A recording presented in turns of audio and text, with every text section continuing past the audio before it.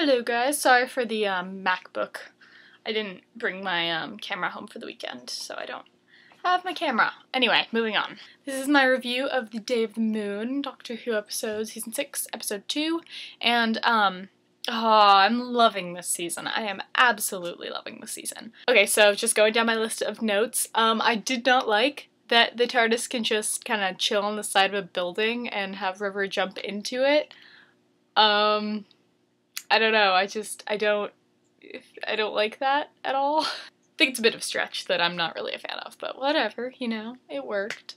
I think the recorders in their hands was really effective, but also really tricky because why didn't they do things such as, like, kind of use it and explain what the creatures look like so they could have a gist? How did they remember that, but they kind of forget other things? The whole memory thing, I think the human brain is such a complicated thing that which is maybe why Stephen Moffat kind of plays with that a lot, but I think that it's also, you know, a lot trickier than he's making it out to be. So I don't know how I feel about the recording and things like that. So I think it's a cool idea. I just don't know how well it would work. Also, like, why didn't they record when they were looking at the hologram from the phone? Why didn't they look at the phone and talk about it? I don't know.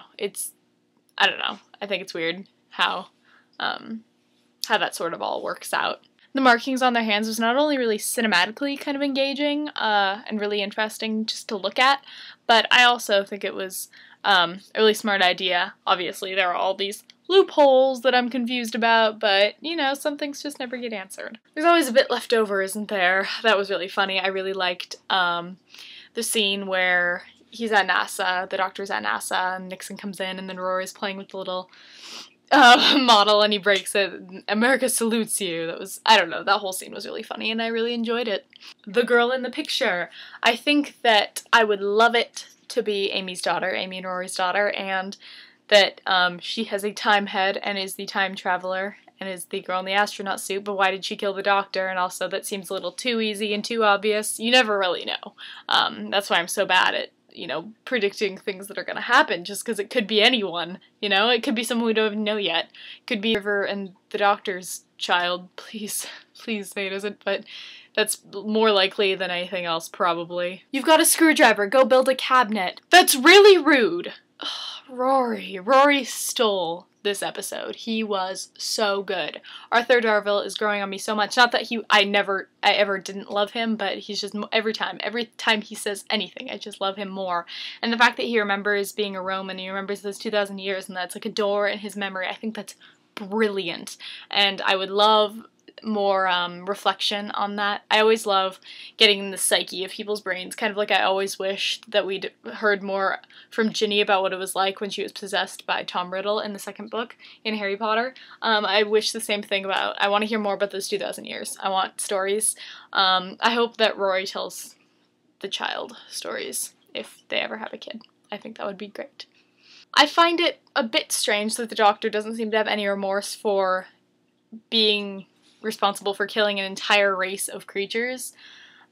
Even when creatures are horrible, the Doctor used to always show remorse and be upset that he's killing all these creatures, even though it's not him killing them, it's human beings killing them. There was no remorse, and that was weird. Yeah, it seemed a little out of character. You're my best friend, and the time head, and that whole exchange, and then Rory listening in, that was adorable. I love that. The way that they're kind of building towards the pregnancy, it makes me think that, and the look that the Doctor gives makes me think she is pregnant, but then knowing Moffat, it could just easily be a random look that will never be explained and that she won't be pregnant, and it's just a lot of build-up, so I never know. As I said before, never know. I think Moffat said something really cool about the silence in Doctor Who Confidential, and he said, there's that moment where you think, how would I fight the silence? That it means that you're really engaged in a way that you would normally be. That's obviously not a direct quote, but it was along those lines. And I think that's really interesting. I think that's brilliant, and I think that's really true. I think that the moment that you think to yourself, like I have been constantly, how would I defeat the silence? How would I defeat the weeping angels? What would I do? Then you're definitely more engaged and into the story than you would just for a passing story. I think that they kind of stopped trying to make you like River. They're just kind of at a plateau now because they assume that everyone likes her at this point. There's a first for everything and there's also a last for everything. That should have been upsetting. I wanted to be upset and I was sad in theory, but I just didn't really care because I really don't like how she is written.